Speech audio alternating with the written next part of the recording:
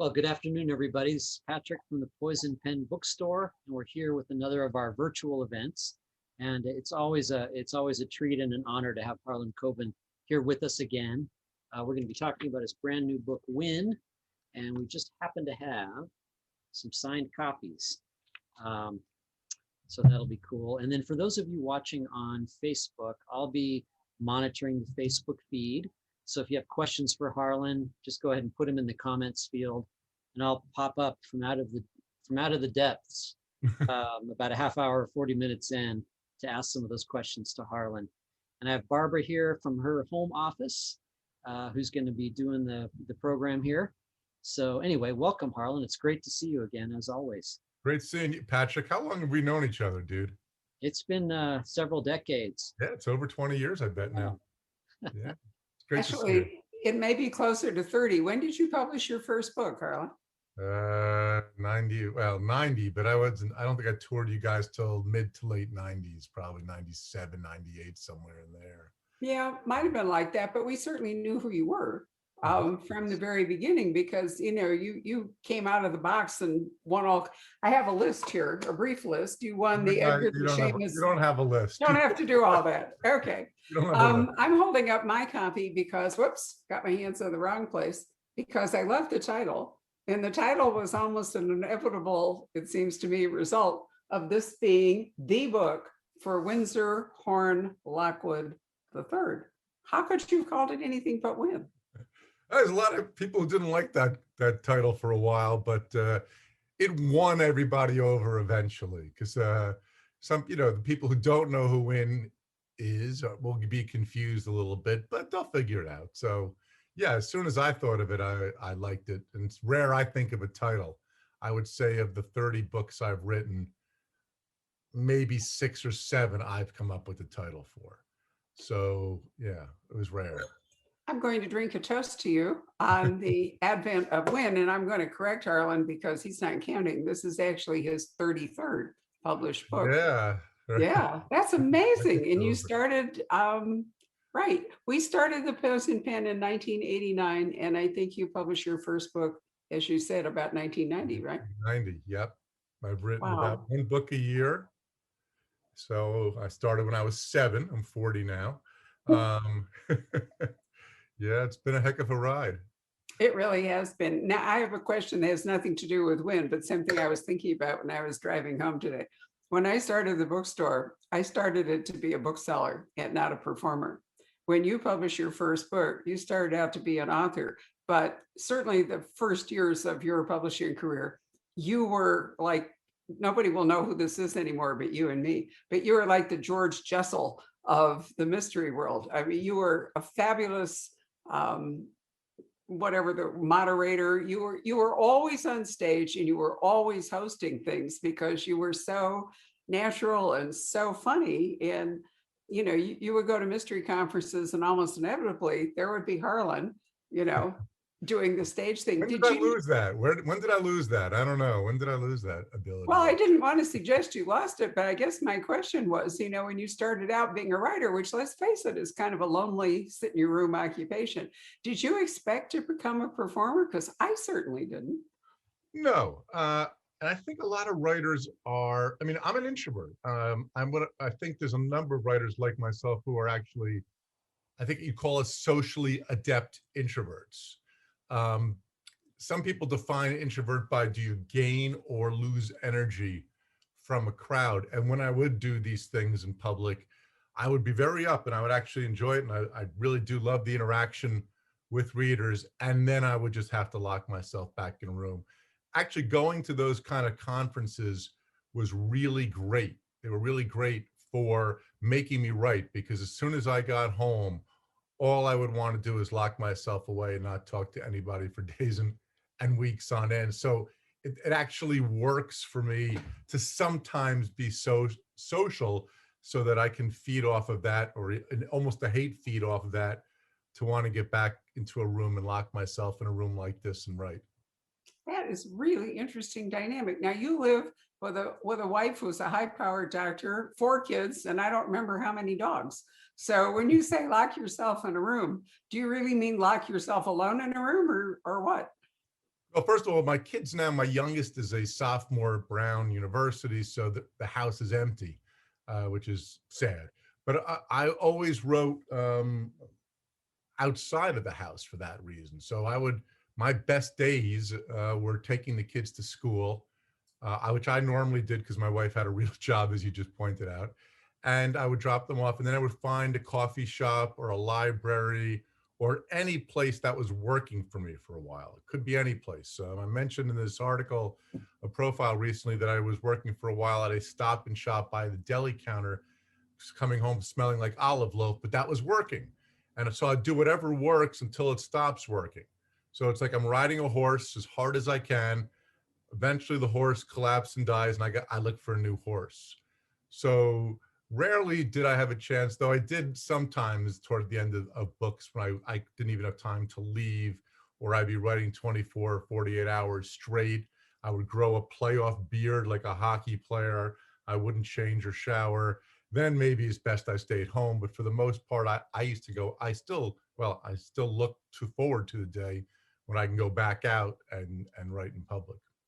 So a takeaway for all of you watching this, think of it, Harlan Coben, gypsy author, like a gypsy taxi cab guy or something. I wonder to some extent if Michael Connelly got that idea for the Lincoln Lawyer, that he was happiest working in the back seat of his Lincoln, hired a chauffeur to drive him around Los Angeles. I suppose that was an option open to you. It's true. Yeah, I did write the end of this Stranger for 3 weeks. I took an Uber into New York City, and I felt all guilty about it. It's like you have to justify it. Well, it costs $50 just to park in New York City, and there's the Washington Bridge toll. So you're trying to justify it in your own head. And so I'm sitting in the back trying to justify it. So I started to write in the back, and I wrote really well. So for 3 weeks, I took Ubers wherever I went, and wrote. And then that stopped working. So, I'm always changing up. My routine is not to have a routine. Right, which makes perfectly good sense. It's been hard for all of us to change routines during the pandemic. I have actually ended up doing most of these from home, which, is such a different experience because you've been in the poison pen many times. And, I really miss the energy, the crowd, all the questions, the parking lot full, people so excited. No, And I hope, I hope with the vaccination program and so forth, we'll get back to this. But anyway, here we are, lucked out with Zoom. And this way we get to see you 2 years in a row, which might be a record. I usually come to every other year. So this is 2 years in a row. So No, it's great. It's always a thrill. And people in Scottsdale already know I say this all the time, that the Poison Pen's one of the great bookstores in the entire country. And it makes Scottsdale so much better. I mean, if you weren't there, it'd be like another Gap store or something. No one wants that. Seriously. Or we could be in the mall when it got hit by the Raiders. They're not going to arrest as many people as the Capitol Police, but right.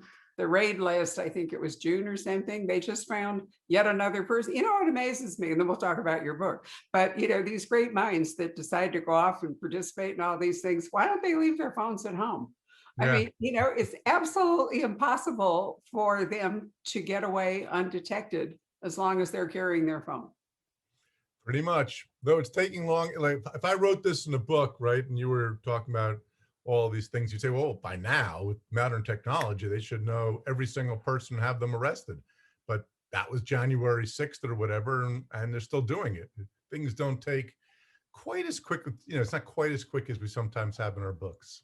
No, it's not. And yet, if you read British procedurals, and you've been doing some work, drama, television work in England and all, it's so blanketed with cameras that they're practically able to locate anybody within 15 minutes or something and track them. Yeah. I mean, there's a fabulous book, the name of which I can't remember. This starts out at the Chelsea Flower Show with what looks like a car accident. And then they determined it may not. And the guy was so dumb, he wore, like some special pair of Nikes or something. And they were able to track him all the way across London, down into the tube, up and around, and finally up and nailed him as he opened the door to his flat somewhere in London, all based on the shoes. And so I thought, all right, another lesson. Well, let's talk about New York City, because one of the great things about Windsor Horn Lockwood III is this isn't New Jersey, as it often is in your books, and this isn't rural, like into the woods, as has been true. You are actually in the heart of New York City, and near the opening, you're progressing towards the Upper West Side in a really posh area. I liked it when you went past the Dakota. I thought you were going to stop there, but you went on to the Beresford. Is the Beresford made up? No, Beresford's actually a real building. Is it? And it has a turret and all the things. Yeah, Beresford's right next door to the Museum of Natural History, and it overlooks the planetarium at that. It's a beautiful old building. So yeah, everything else, of course, about the building itself, I made I made up. But the Beresford is a real building, yes, and it's right on Central Park. I think it's 89th. I think it's 89th in Central Park. I'm so bad at remembering. Dakota 72nd, Central Park West. The San Remo 74th in Central Park West, and Beresford's 89th in Central Park West. So it's sort of like a different version of Millionaire's Row over on Fifth Avenue, progressing up. Well, did they object to the fact that you had a guy who was a hoarder and clearly had created a horrible fire trap up in a tower and then he got killed, or have they not noticed that? We'll find out when the book comes out tomorrow, I guess. I haven't heard anything yet, but I've used the Dakota a lot. I've used the San Remo. I've used a lot of real buildings. I don't really worry about it too much. And, it's also over exaggerated, I think, how much you need to do research that you can't make stuff up. The actual apartment that I'm describing in the Beresford doesn't really exist. But if you go on streeteasy.com, you can see a lot of apartments that are in various New York City buildings, and you can look at them and combine into one that you sort of want to use for your fiction. So that's how it happens. The Victorians had a real penchant for towers. I mean, you can see Victorian houses everywhere, and many of them have cool towers. So why not this one? Yeah. So your guy is up there in the top, and famously rarely goes out. So then when they finally get in there, why did you decide to have, let me go back here, because you had a good statement in that article that you mentioned when somebody said, what sparked the idea for your latest book? And your answer is, do you remember your answer? So I don't have to read it? Okay. This one had several small sparks. Oh, okay. You remember it now? Yeah, well, it's I thought maybe I was being pithy with a one-liner, but before I start a book, I take notes forever and ever. I have tons of notebooks all over the place. Sometimes I'll do it on a laptop, but I'll come up with ideas that maybe will be book most will be rejected, or something I want to write about. In the case of Wynn, so when I was writing the ideas, I wanted to write about one of these kind of hoarders, because there was a famous one that died on the Upper West Side. Actually, when they found out who it was, that people were surprised. It wasn't anybody that was notorious, but it was the son of Douglas MacArthur, the general, that no one knew where he was for years. And when he died, they found out he was living up alone in this apartment that nobody knew. So, that kind of thing. Oh, that would be cool to do something with that. I've always wanted to do 60s radicals, a la Abby Hoffman in that group. I've always wanted to do an heiress being kidnapped, kind of like, Patty Hearst kind of thing. And so there's a number, and I always wanted to do an art heist, like the Gardner Museum in Boston. So these are 4 or 5 separate ideas, and somehow all of them came together in Wynn, which surprised me, because I really wanted Wynn to be more, or I thought it was going to be, and I had told my editor when I was starting, I think this book is going to be less plotty. There won't be as much plot. It'll be much more character driven. And it ends up, as I've discovered, that really you get better character by having more and better plots. So this is as twisty a book as I've ever written, even though I really wanted it to be Wynn focused. It ends up being really pretty twisty, and with 3 or 4 surprising revelations, I think, at the end, or at least I hope they're surprising. I think they are. And it is a complicated plot, which made it a lot of fun. And I think Wynn is an excellent guide to what goes on here. But let me ask you this. When you decided you wanted to write an art heist, which actually is fabulous, and I've been to the Gardner Museum and seen the empty frames hanging on the walls, and I wonder if in our lifetime we will ever know what happened to that art, 6 paintings, or whether anybody will ever know, as a matter of fact. But anyway, why did you choose the Vermeer? Out of all the artists and whatever it is, Vermeer he is a very small number of paintings that are extant. 34, 35, 36, somewhere in there. Well, for one thing, and I didn't know what I was going to do with it at the time, but Vermeers are mostly small canvases. So if I wanted to do something, which I ended up not doing, but when I'm planning the book, I just love Vermeer. So for those reasons, I chose it to be Vermeer. I mean, it wasn't like it was scientific. It could have been somebody else, but I'd also visited quite a bit, not around the time of the book. If you've been to Manhattan, if you haven't been to the Frick's Museum, there's some great, there's great Vermeers there. I think two, which is unusual for any place. And I was really deeply moved by that. So I thought, oh, let's just make it a Vermeer. But if somebody, I could have been an Ed Hopper, it could have been anybody. It just happened to, I ended up choosing Vermeer in the end. Well, I mean, you're certainly right that they're generally small. I have to tell you, recalled years and years ago when I was in London, an author that I was visiting took me to the Dulwich Gallery where they were having a show of Vermeers, and they actually had 29 Vermeers all at once, lent to Wow. them from all over. And, it was interesting. It's nothing to do with your book, but it's interesting. He was relatively poor. And Yep. what you realized when you saw all of his paintings, or nearly all of his paintings, all together like that, is he only had like 4 props. He had one rug, one table. There was the window. And because his works are so scattered, you don't really notice that he's painting the same thing over and over again. Yeah. But when they were all assembled, they were. But it was also magnificent to see how each time he took the same things and made them different. And a lot of it was the light. Yep. He was big on the light coming into that window. Right. Well, all right. So you answered my Vermeer question. I adore them. So I was kind of hoping that was your answer, but we'll see. So anyway, how do they realize that this guy is dead if he never goes out or whatever it is? What kicked off the idea? I'm not giving away the whole book. People are going to have to read it and find out for themselves how they figured out he was dead. But he's up there in his tower alone, and he's found dead. And Wynn's family had owned the stolen Vermeer, and then they find something else in his presence that indicates he may have been connected to the heiress kidnapping, who was Wynn's cousin. The other great thing about Wynn is Wynn's super wealthy. I haven't never done that before, where your hero, he's a cross, and someone described him recently as a cross between Batman and Dexter. I thought that was actually pretty good. Yeah. Not quite, he's not the serial killer, but he has Batman's real only superpower is great wealth, if you think about it, and then training. That's similar to Wynn.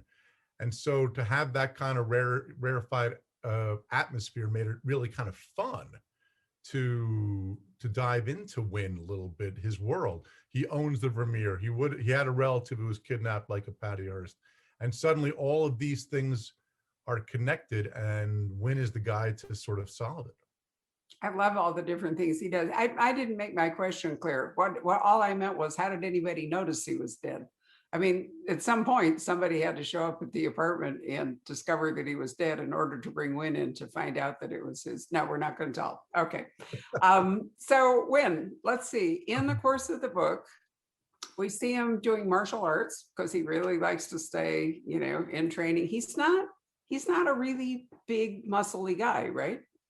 No, he's got that kind of ropey muscles. He's got quickness. He religiously trains.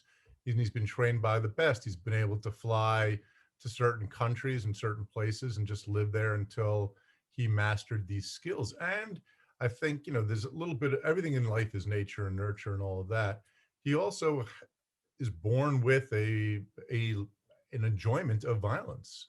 It's something he has to face up to, and I think makes him the anti-hero, but he's fairly honest and self-aware about it. He likes violence. He does not shy away from it. He enjoys it. He doesn't do it just because he has to. He looks for reasons why he wants to do it, and he recognizes that's not normal or always good. So I thought it's an interesting dilemma. When I created Wynn, it was the early 90s. It was a different world. One of the challenges for me was how to make Wynn still relevant, but not canceled, if you will. I make him a character who would learn, but not really soften. And so those are the things that I think, people are going to read him, and a lot of people are not going to like him. but I hope you're always going to find him interesting and you'll understand where he's coming from. Well, he's not handicapped in his pursuit of different things like martial arts training by having to have a real job. So that helps. He's also able to summon up private planes to go wherever he wants, which is good. But I did think, Harlan, I really enjoyed it. You spent a certain amount of time telling us about fashion, about what Wynn is wearing, which I really liked. You know, normally that comes in more maybe with books where women are being described, but with Wynn, several times we see the whole le tout ensemble, so to speak. Did you have fun with that? I did. It was, Wynn's a very different character for me. Most of my guys are nice guys. They're similar to yours truly in the sense that I'm not a fashion guy. I don't know much about fashion. I don't care. I'm wearing sweatpants now, but then again, so is everybody else out there who's watching. So it's always fun, when you start a new book. I've had lead characters who are women. I've had, ages, difference, whatever else. Wynn was just a unique perspective. And what I always find so interesting is how quickly I'm able to get into that person's skin and how much I will eventually relate to them. It doesn't mean I always agree with them. People will always try to say, oh, you must believe that because your characters do. It's not, I don't behave as I would behave, and I don't follow whatever politics I would follow. Wynn doesn't necessarily follow. So, once you get into somebody's head like this, and this book is first person Wynn, I wanted, people have waited a long time for Wynn. I wanted to be able to speak directly to you. And once I started it, I tested the voice a little bit in a book called Home, the last Myron Bolitar book. I let Wynn have a couple of scenes from his perspective after 11 books. And then I was just like, character, I hate when they make it sound magical, but a character just sort of starts demanding the stage. And I think after I wrote Home, I knew eventually that Wynn would be able to handle his own book. It was a little nerve-wracking when I first started this book because I wanted to stay in Wynn's head the whole book. And oftentimes I'll do first and third person. I'll mix up viewpoints. I've had books that have about 40 different viewpoints. But here, there was a purity to just hanging out with Wynn. And I think he's a really interesting guy to hang out with for a while. He's unapologetic. One thing I really liked about him, he makes absolutely no apologies for anything that he does, as he's pointing out the brand names of his custom made shoes or, whatever it all is. But he really does have a moral compass. It might not be yours or mine, but he definitely has his own code of ethics. But one of the things that I thought you were probably, maybe it was accidentally or purposefully, I'm not really sure, but we did get to see Myron through Wynn's eyes, and we got to understand from Wynn's perspective why they are friends and what it is that he loves. And I think he really does love Myron in a way that you could not show us if it were Myron or a third person describing it. It really needs to come from inside Wynn, from his heart. So I thought, in a way, Myron is in this book, if not actually, but through the various comments and so forth that Wynn makes. And you can see that Wynn is always going to be there having Myron's back.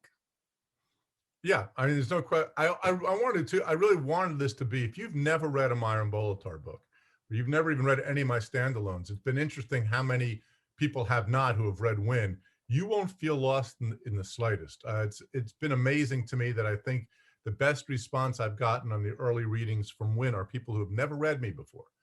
But if you have read Myron, so when he talks about his friend Myron in the book, you'll understand it maybe a little better. I think it does give you insight that if you are a completist who's read all of the Myron books, you'll find this to be the next chapter, but from a different viewpoint, that we've now left Myron's viewpoint. Myron's not even in the book, but we get a whole different perspective that may shadow and change and shade a little bit your understanding of all the past Myron books. It's always a problem. You have a character like Wynn. People have loved Wynn, which I say that sounds so egotistical, but people have always asked me for more Wynn. It's like, and I always took that as meaning I was doing it exactly right. If the sidekick is done right, you want more of him. And if you are the author, there's a real danger in doing more of him. So I was not, for years, people have asked me, and you know this, Barbara, I probably get this question every time I'm at your store, besides when's your next Myron, will you ever write a Win book? And so but part of that maybe made me not want to write it for a very, very long time until I had exactly the story and the time in my career when I thought I could do it and do it really well. And I'm really happy with the results. I mean, you're always happy with the book. You go through love-hate relationships with books, but the reaction from people who have both who know Win and don't know Win has been startling. And I think he'll be a hero, and I think it'll surprise you for those who know him, and it'll be a hero that unlike any other that for those who don't know who Win is. Well, yeah, I can certainly see that. The other thing, I mean, and one of the things you do to make him more alive is that he has a lot of family baggage that in a Myron book, you don't really ever have time to explore. But this book is to a great degree about Win's family baggage and how he's going to navigate revelations and so forth that connect with it. So, in a Myron story, there's only so much room. Right. And it's going to be mostly room for Myron and whatever the investigation or whatever it all is. So by giving Win his own book, you give him a backstory that is not nearly is much fuller than anything you could have said in a Myron book. And I really like that about him. Families like his with enormous wealth and legacies are complicated.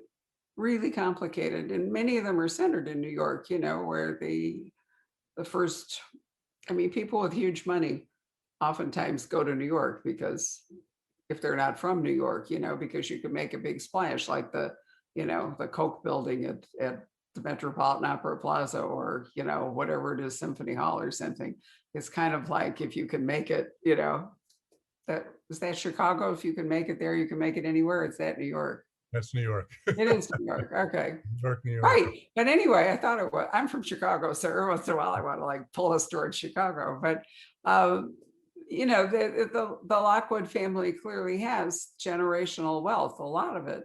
And generally, what is the saying behind every great wealth? There's a great crime. Yep. Well, it's also, I'm not a political writer by any stretch of the imagination, but it is something that I wanted to talk about and explore a little bit is sort of how the wealthy see themselves and the blinders that they have on or don't have on. And what makes, I think, Win more tolerable when he is talking about money and all that is he gets it. A lot of people who have inherited great wealth, because it's, they can't accept the fact that they were just lucky, right? They have to be special. I can't have all of this money and be this powerful just because of luck it has to be that I'm special in some way. And so sometimes the people who inherit the money are, well, not sometimes, almost always they're worse than the person who earned it, who got what it really took and understood it. So I thought that was sort of something else I kind of wanted to explore a little bit via Win, who did inherit the money, still has his own success, but did inherit the money and he gets it. And is dealing with that issue in and of himself. There's a lot of very wealthy people who just can't handle. You will never or rarely see somebody who has inherited great wealth who will admit that helped them. Somehow it didn't. Of course it did. And it seems to be a fairly poignant time to be picking that out. That's not a major part of the plot, but it's a major part, I think, of what makes Win Win. His family lives in Philadelphia. They're what we call mainline from the Biddle family, almost came over on the Mayflower. And so if he wants to get from New York City to Philadelphia, he just grabs a helicopter and he gets there in about an hour. So that just changes how you see the world and how you react. And it was really kind of fun. I think people will have a good time seeing this world. And that's a world that I have done some research on and do know some people from. So these are observations and serious discussions that I've had with some people who have this great wealth versus people who have this great wealth, but it's more new. They just had earned it. And it really is quite different. Well, many people have been describing life in the last year as living in a bubble, a health bubble or a family bubble or whatever. But the truth is that great wealth creates a bubble. And the opposite side of people who try to use the wealth is there are people who are disabled by wealth. They don't have to work and they actually never have to do anything. And as a consequence, oftentimes those people lead almost entirely wasted lives, so wealth can have a very damaging effect. On the other hand, some people are propelled into being activists and all. And I like the fact that when, while enjoying his money, using his money, doesn't just sit around on his ass doing nothing, he's out there. Which leads me to one more question before we summon Patrick up from the dark abyss to talk to you. What is it with what sidekicks? I mean, I was thinking about that. How often we find sidekicks. We can go back to Wilkie Collins and the Woman in White. We can talk about Sherlock Holmes. We can talk about modern iterations, Spencer and Hawk, or Michael Connelly's given, Bosch a female sidekick in a recent iteration. We have all kinds of them. What's the advantage in a sidekick from, a sense of telling a story? Does it give you, through the dialogue between them, a way to explain things? What does it give you as a writer? I think it depends. I mean, I've always loved the buddy sidekick. Like, you mentioned Spencer and Hawk, Sherlock and Watson, Batman and Robin, Captain America and Bucky. Heck, I even like Running Scared with Gregory Hines and Billy Crystal. I love the buddy, well done or not. And I always wanted that for my hero when I created Myron. In the end, though, I actually think the Myron Bolitar series, first of all, Win doesn't have a sidekick. Win's Win, so it's a little different here. But I think the Myron series is almost as much about friendship as it is about anything else. Most of my books deal with family and themes like that, and children, and the picket fences and all of those sort of things. The non-Myrons. But really, I think if people are out there watching, or most of them who read the Myron Bolitar series, yeah, they like the danger and all of that, and I hope I plot them well and all in that. But they really kind of come to see Win and Myron talk and hang out with each other, and they like their friendship. So that necessarily wasn't intentional when I started the series. And in some countries, it's advertised. It's in 40 something languages. It's advertised as the Myron and Win series, not the Myron series. So that I've always just enjoyed that part. Now, part of it also is easier, rather than always having internal thoughts. Right. I'm having someone for him to talk to. Also, somewhat more realistic for Myron to walk into ridiculously dangerous situations on his own, as heroes sometimes do, is not particularly bright. But if you have Win backing you up, you are willing to take a lot more chances. And finally, with Win and Myron, there was the moral dilemma. I never wanted Win to let Myron off the hook. There's a lot of series where that bad guy or psycho sidekick will kill somebody to make the hero not have to be the bad guy. But Myron recognizes that Win is a gun and Myron's the one pulling the trigger. And this dilemma, I think, also makes Myron and Win better, more interesting characters. So a lot of reasons. Yeah, sure. I mean, the backup thing, I was thinking about Patrick and Bubba, whom I left out. As you say, it's easier when you've got somebody, or like Hawk. I mean, you never really think that Spencer is truly in danger as long as Hawk is somewhere around, because who is more lethal than Hawk, right?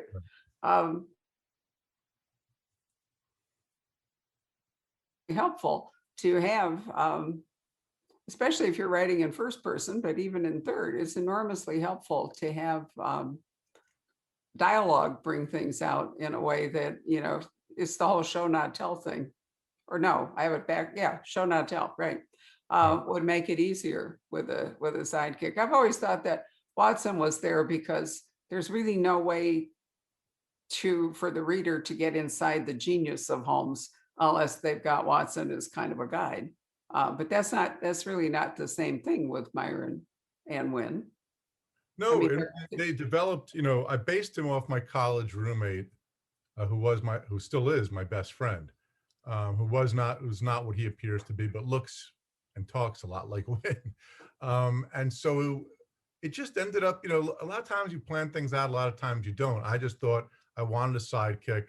I didn't want the street urban tough that had been done. I didn't want the computer weenie that had been done. So I took this sort of wealthy uptown kind of a guy and tweaked him a bit. But as happens the best times in your writing, he sort of took on a life of his own that I didn't necessarily expect. And it ended up being a lot more about their friendships, a lot more about their conversations while watching a TV show, or about Yoo-hoo or whatever they're talking about.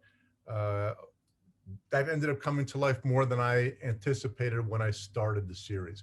That's not in this book. Wynn has plenty of good one-liners, I think, with other people. And there are some surprises for the Myron Bolitar readers. I won't tell you what they are because they're surprises.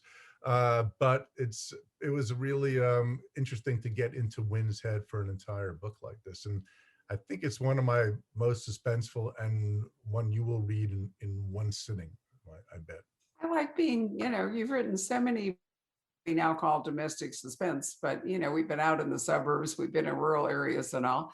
I really liked, being right in the heart of New York. Maybe partly that's the pandemic, because right in the heart of New York, without the pandemic, you can barely move around. But I did like that. Patrick, come back and join us. But I wanted to ask, because in that article we mentioned, somebody asked you, what's your definition of a perfect mystery novel? And I thought that was a really interesting question. Which article are you talking about? You're not talking about the New York Times? I don't know. I found it. No, it wasn't the New York Times. I think it was in one of maybe the Big Thrill or something. Okay.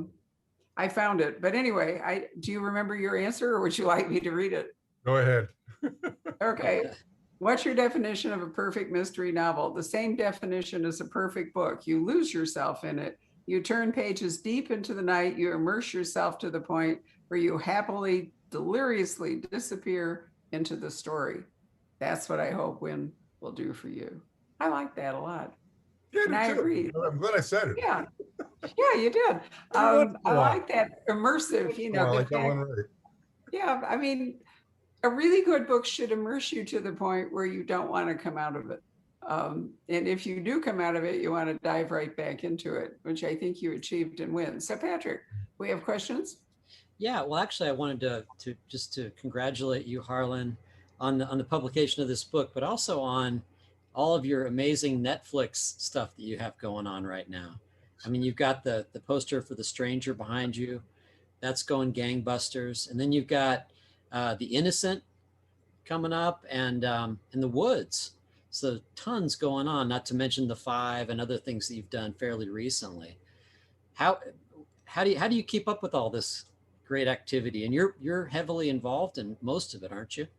I am. The Netflix stuff has just been fun. I think after, a writer, especially one who's worked as long as I have, you spent most of your life locked in a room like this. And every once in a while, it's nice to get out.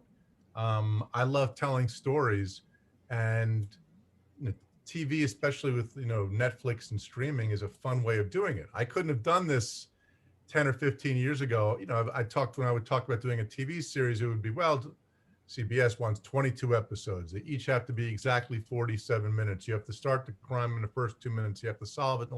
That really wasn't what I would be my strength or what I would want to do. Netflix gives me the ability to make a show as long or short as I want to, and just put the whole novel on the screen. I don't do 2-second seasons or anything like that. It's one, I'm not saving anything up. Some shows have been 8, some have been 10, some have been 5. I think the Gone for Good, which will be out later this year, is 5. The Innocent, I think, is 8. So, they let me do it kind of the way I want to, and using great talent from overseas, which I'm having a series soon announced that'll be American, but I really like doing the overseas stuff, finding super talented people in these other countries. This show in Spain, the Innocent, with Mario Casas, who's a wonderful actor, and Oriol Paulo, who's directed some fantastic movies like Invisible Guest. Really, if you think I twist, between the two of us, we're going to pull a hip. Show, and I've seen the show and we've worked on it. We're done now. It's really incredible. I think people are really going to love The Innocent when it comes out. And if you're curious, if you just go to Netflix and you put in the search engine my name, all of the shows should come up. There's 4 right now that are on. that are under my name, and then there'll be 3 more hopefully within a year. Wow, hadn't heard about Gone for Good. That's awesome. Gone for Good will be out. The next one's The Innocent. That'll be out April 30th. Then Gone for Good. I'm not allowed to say when. And we're working on the same team that made The Stranger, Safe, and The Five. We're making Stay Close right now. So we're filming that right now with Richard Armitage is back, for guy who was in The Stranger. Cush Jumbo, who some of you may know from The Good Wife, is also in it. Jimmy Nesbitt, Eddie Izzard, Sarah Parrish. It's a really great cast, and we've been filming Siobhan, about 3 or 4 weeks, so I'm very excited. then there's Siobhan. Siobhan Finneran, yeah, who was in The Stranger, and you may know her from Happy Valley and the evil O'Brien in Downton Abbey's first 3 seasons. She's a wonderful actress and a very nice person. I always have to tell people she was so convincing as the evil O'Brien in Downton Abbey. I have to remind people, no, she's really nice in person. What's Stephen Ray like? Was that? What's Stephen Ray like? He was just what you would expect him to be. Yeah. Funny, a little grouchy, but he was wonderful. You know, when we found out we had a chance of getting Stephen to play that role, I had to make a few changes, and I was like, I will do anything to have Stephen Ray in this show. What a joy he was to have with us on The Stranger. Absolutely. Yeah. Well, let me. What's fun about Netflix is, just for people who don't know, like, so they press a button. The Stranger comes out whatever day it comes out.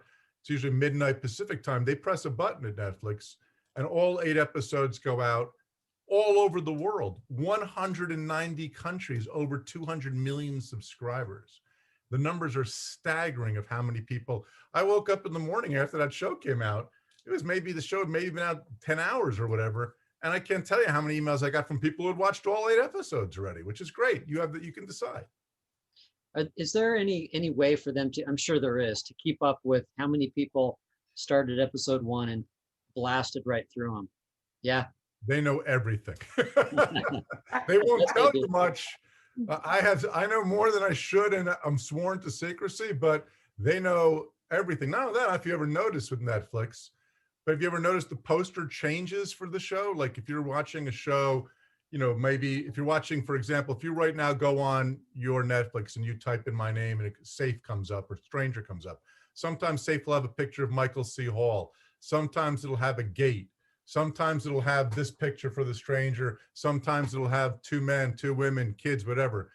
They're testing to find out which ones, you know, you react to. If you don't like the one they've been showing, they'll change another one. If you're liking shows, probably, for example, like Stranger Things, they'll probably show you more of the kids in the alpaca part of The Stranger because they figure that's what will appeal to you. But if you ever notice that those posters change, so they know quite a bit.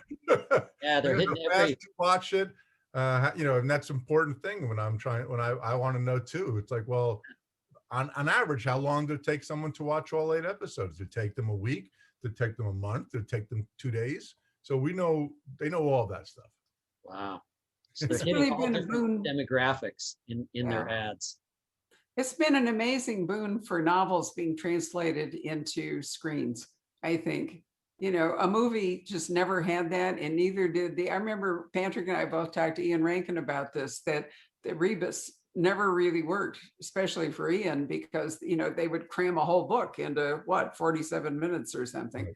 And I do think that it's fabulous that you can change, as you say, all those different things, make it long or short or whatever, and fit the book and really do it justice in a way that a movie just doesn't. Right. It's much harder. I mean, one I think we are going to make into a movie, but that one I think fits. Some of them don't fit to be series, but most of mine, because they're pretty heavily plotted, 2 hours or an hour and a half is just, it's not enough.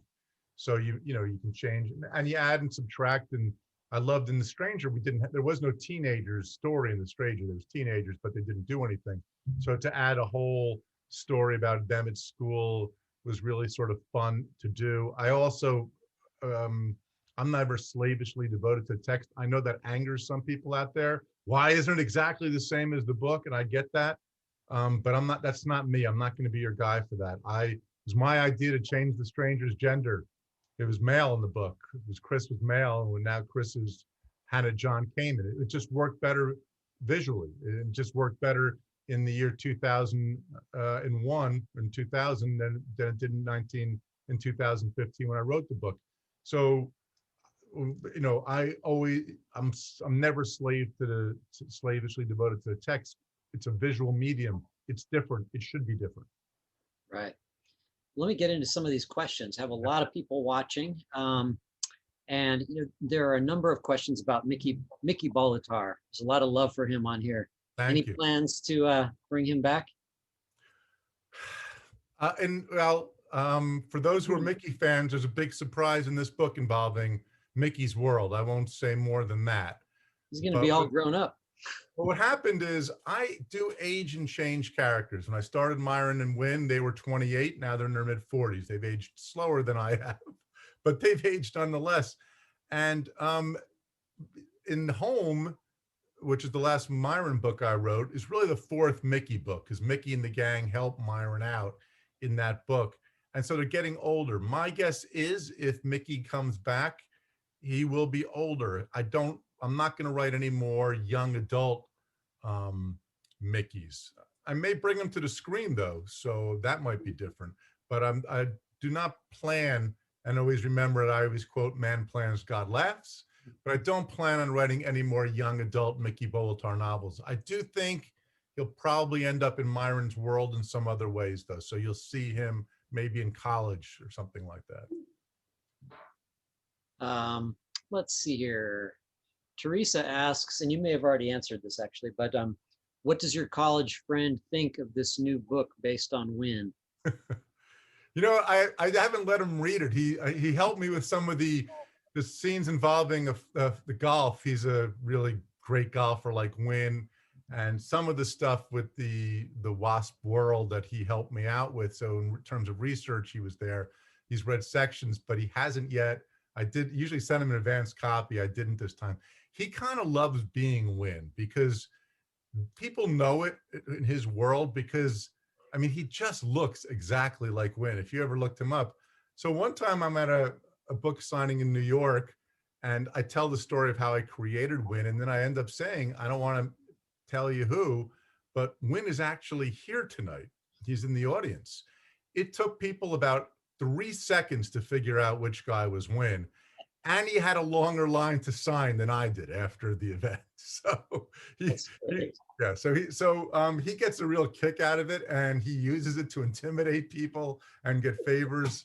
But in real life, he can't fight his way out of a paper bag. That's part of the wet paper bag. That's part of the fiction. That's great. Let's see. Janie asks about, she says, is there going to be a sequel to The Boy from the Woods? That's a really good question. The answer is yes. I'm writing it right now. It's his origin story. So The Boy from the Woods, that book was not about how he ended up in the woods, but this next one is. It opens up with him actually talking to his father, finding his father. So, we dive right into it.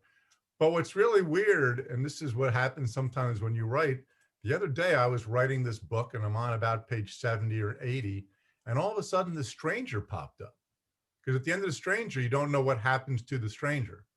And the stranger just popped up. So now this book is kind of a sequel to both The Boy from the Woods and The Stranger. And that'll be out. Hopefully we'll be sitting here in person a year from now. We'll be in the store talking to people about that. How wonderful. So you're always being surprised by things, or often surprised by things you didn't plan on? Yeah. It was just kind of like, it's often having the character. I'm like, okay, who's going to be this person? I'm like, oh, wait a minute. When the stranger left, I bet you that's where they went. So I didn't really think about the stranger escapes in both the book and the TV series.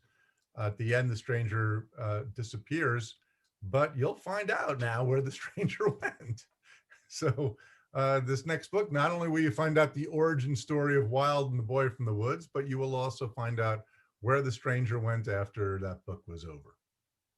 One of our viewers here, April, I didn't realize this. She said that your daughter wrote an episode for The Stranger.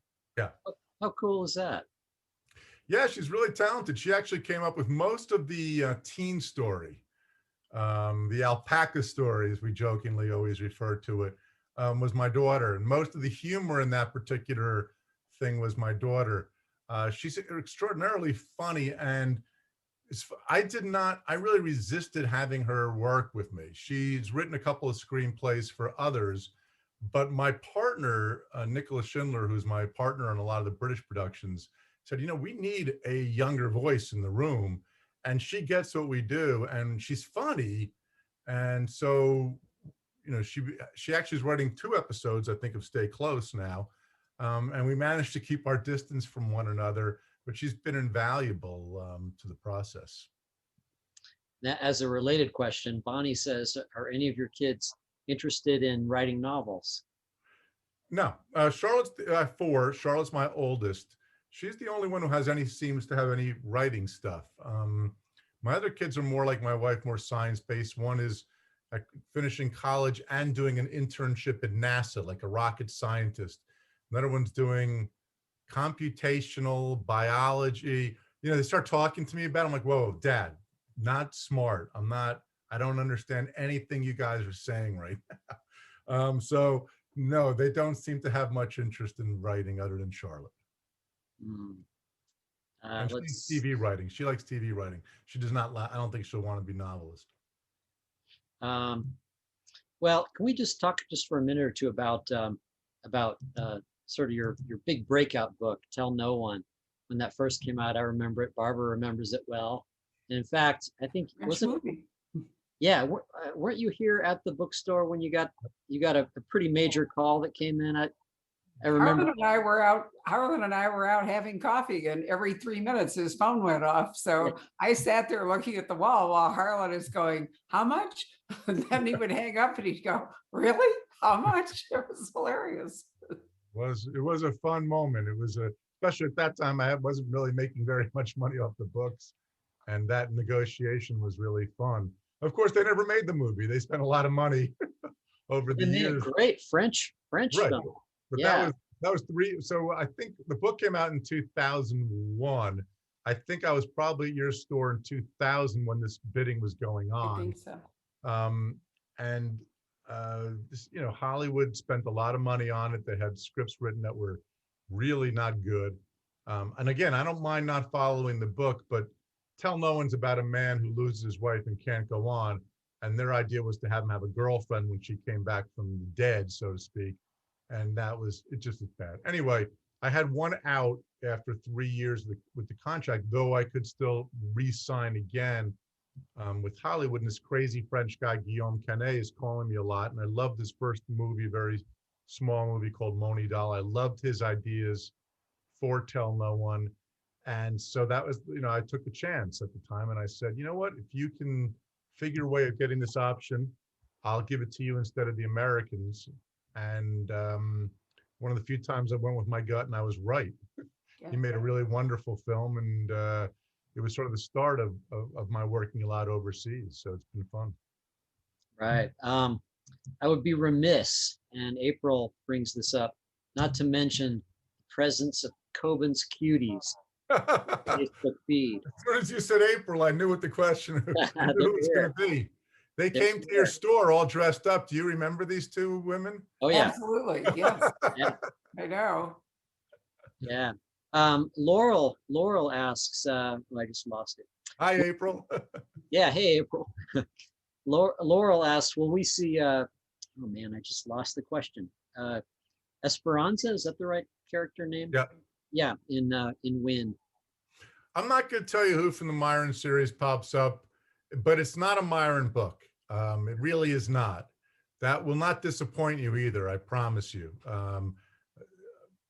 I did not, it would have been an easy out a couple of times to have Win call Myron for help, and I resisted that urge. And it will make you curious, and in fact, it made me curious what was going on in Myron's life. So maybe he'll be back sooner than we think. Well, there's a real plus. I love that idea. And you know what? If he's back and Win is back, we won't see Win the same way we did before this book. Well, I also don't know. I may make it a Win book that has Myron. I may make it a Myron book that has Win. I may split them. I don't know. I never know. When I'm writing a book, all I can think about is the book I'm writing. And it's always like, I'll never have another idea ever again. I'm done. This is it. Everything I have, I just explained how I came up with Win, where I took all the ideas I had and put them in one book. That's how it always is. So I don't know. Will I write Myron and Win after this Boy from the Woods sequel? I don't know. Maybe, or I'll do another standalone. I don't know. Can you talk a little bit about, I've had some questions. I always paraphrase slightly, but a little bit about your early days as a writer. What kind of horrific jobs did you have before you were able to quit and become a writer full time? And how I did was, you yeah, I was navigate? 8 years a travel agent. I was from my graduation in 1984 until 1992. I worked for a family business that was basically a glorified travel agency.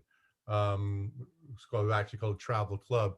So that was my real job that I had while writing three or four books before. And I didn't leave it. It was sort of like forced out. There's two things I tell you. I don't believe in quitting your job to try to be a writer. I think Barbara's spoken to more writers certainly than I have, and so have you, Patrick. But most of the time, when you scratch the surface, most successful writers were doing something else while they were writing. They didn't up and quit everything and get that log cabin and move into the woods. Even Michael Connelly was working for the LA Times, and Laura Littman was working for the Baltimore Sun, and Lisa Scottolini's worked jobs her whole life. Just thought those are off the top of my head. Lee was in TV and forced out. Lee Child was at TV and forced out. So Dennis Lehane was teaching. Most people are doing some other job while they're writing, and I highly recommend it. It may have taken, if it took me 12 months to write a book, working full time, maybe it'll take you 13 or 14 months. It shouldn't take you that much longer. You have to fight for your time, but you have to fight for your time anyway. So I'm not one of those guys who says, oh, you quit your job. And no, you should be able to write without quitting your job. And if you're too busy to write without quitting your job, then chances are you're not a writer. That's cruel, maybe sounding, but it's true. No one doesn't have enough time to write. It means there's other priorities that you have that are more important to you than writing. Your tennis game, your sleep, your episode of Bachelor that I know some of you are anxious to get off this line to get to, whatever it is, Mary Higgins Clark, may she rest in peace, who was such a dear friend and lived 2 miles up the road. And Mary, for those who don't know, at the age of 37, had 5 children and her husband dropped dead. Next day, her mother-in-law died. So Mary is left back in those days. So we're going back to the 50s, I think this would have been, or maybe the very early 60s, with 5 kids and had to work full time. So she woke up and she wrote from 5 a.m. to 7 a.m. Then she got the kids up, went to work, and did the rest of her day. So if Mary can do it, don't tell me you can't do it. And if you're too busy for writing, it's okay. That just means you're not a writer. Yeah. So what you're saying is you married well. Oh, I married way above my station. I way outkicked my coverage, like most men, frankly, that I know. Let's see. Paula Silviera Temple says, thank you guys for bringing this event to the internet. My lifelong dream was to participate in one of these Zoom launches live, and I'm so glad it's now reaching me all the way in Brazil. Wow. So grateful. I just wanted to give her a little shout out. I'm sure there's a lot of people from Brazil out there. Yeah. My Brazilian readers are unbelievable. I went down only once. I went down to Sao Paulo for an event, and it was the largest event I've ever had the pleasure of attending. I signed for over 7 hours, and it was just a joy from beginning to end. They treat you there. I thought when I walked out on stage that maybe they thought I was One Direction or something like that. Screaming, yelling, carrying on. They get that excited about writers. I love the Brazilians. I love that enthusiasm. I love how their young people are reading, and it's just great. So I know some of you are out there. Hello, Brazil. Let me just speak up and say, since I do the bookstore Instagram and not terribly well, because honestly, I don't have time to figure out how to do all the fun stuff on Instagram, but I posted a photo of your books when they arrived at the store, and we had a query from a reader in Brazil who was very sad and, but asked if we could send a book to Brazil. And I would like to say that we can send a book anywhere in the world, signed by Harlan, no problem. But I do want to encourage you to email sales@poisonpen.com before you order it and ask how much the shipping will be. We have no control over the piratical charges that accrue to shipping books overseas. But in point of fact, we are happy to send you a book to Brazil or China or South Africa or any other place, which we actually do every day. We have somebody trained to ship books overseas. It's just that the real secret is don't buy just one book, because one book costs a lot, but cruise around on the website, our website, and select several books, because the extra books hardly cost anything more. Right. And plus they have they have more signed copies than any bookstore I know. So, and both Barbara and Patrick can also recommend those people who are up and coming that maybe you're missing. So always, Now, Harlan, thank you for saying that, because the truth is we absolutely, I mean, we love talking to you, but I always thought that one of the things that is really crucial is to talk to debut writers who are going to be, the next, who deserves, an audience and support. And we are really knocking ourselves out during the Zoom time to talk to as many debut authors as we can. Oftentimes we make absolutely zero money off it, but that's not really the point. We want to support new writers and encourage new writers. And I will say that there are a lot of debuts coming out this year that many of them got postponed from last year. But if you're watching this, one thing you can do to support debut writers, even if you don't want to buy a book, is just join the Zoom event and listen to them and maybe recommend them to somebody else. Harlan started somewhere way back, Mark Grady started somewhere and pointed out that as we hosted his New York Times #1 bestseller last year, that we were there when he published The Gray Man as a $7.99 paperback. And we have been there ever since. And, it's important. It's really important for us to do that. Yep, very much so. Have you heard anything, Harlan, from Nils? That's right, your neighbor Nils Lofgren. Yeah, I still speak to Nils all the time. Yeah. I don't know if he's been in the store recently, but he's reading a lot, and he's a big Win guy. So I heard from him when he got the book, and he sent me a very nice text recently, because he's always, he likes the standalones, but he's always pushing me to get back to Myron and Win. So he's a real mystery guy. That's Such a great guy. Oh, he's terrific. He is a great guy and a great customer. We're talking Nils Lofgren, who is the lead guitarist for the Bruce Springsteen and the E Street Band, and he lives here in Scottsdale. He's a regular. And when I was there last time I was in Scottsdale, Barbara recommended a really cool little hotel, and Nils and his wife Amy and I had dinner with us. So we all went to that. What's the name of the fantastic pizza place in Scottsdale? The top. The pizza place is great, but the inn you're talking about is the Hermosa Inn, which is an amazing, it used to be an artist's home and has been converted into this wonderful inn and restaurant.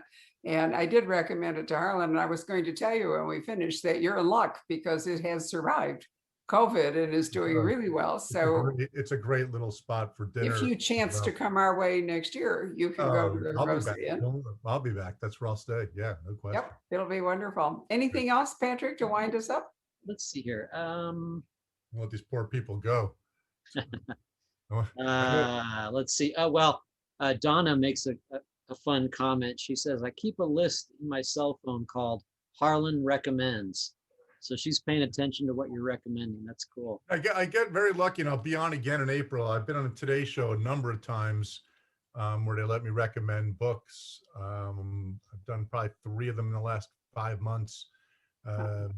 So some of the crime novels that I've recommended in the past there, for names you may not know, I'm sure you guys have been doing very well with S.A. Cosby's Blacktop Wasteland. Patrick's very book. exciting new. These aren't debut necessarily, but new authors. Right. Attica Locke, I did 1 year with Bluebird. So I really liked. I'm so always starting to draw blanks as I sit here. Allison Galen's one to watch. Janelle Brown is one to watch. There's a lot of really good writers who are just on the verge, I think, of being the next ones. And if you want to sort of buy low, sell high, Patrick and Barbara will know better than I will. And if there's a young new author, because I'm going to be doing it again, that you guys want to recommend to me, send me an email. I'll be happy to take a look at it. Well, thank you. We will, because as I say, it's been a rich time for debut writing. Harlan, this has been wonderful. I think an Thanks, hour is everybody, for probably as coming in. long as you want to sit or people want to sit. This is going to be turned into a podcast that you will be able to download and listen to tomorrow on poisonpen.com or somewhere north of 75,000 downloads so far, which has really been a lot of fun. And Patrick will put this on the Poison Pen YouTube channel. You can watch it on Facebook without belonging to Facebook. So we try to cover as many media platforms as we can. Anyway, Harlan, it's been a wonderful conversation. I always learn things from you. And, you know, after 30 years, almost 20 years together, but 30 years of reading you, I love being surprised. And you have surprised me with Win. I really, really enjoyed it. It was a book I had an afternoon. I was able to dive into it, read it all the way through without a pause, which was absolutely fabulous.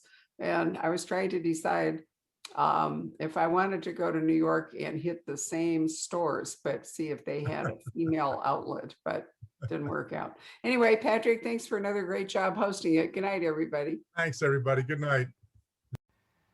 Hello. We hope you're enjoying our programs and podcasts with authors. We'd like to expand them, and your help would be appreciated. Please make a donation at poisonedpenfoundation.org. 100% of the proceeds will go to help connect authors with readers in this difficult time. Thank you.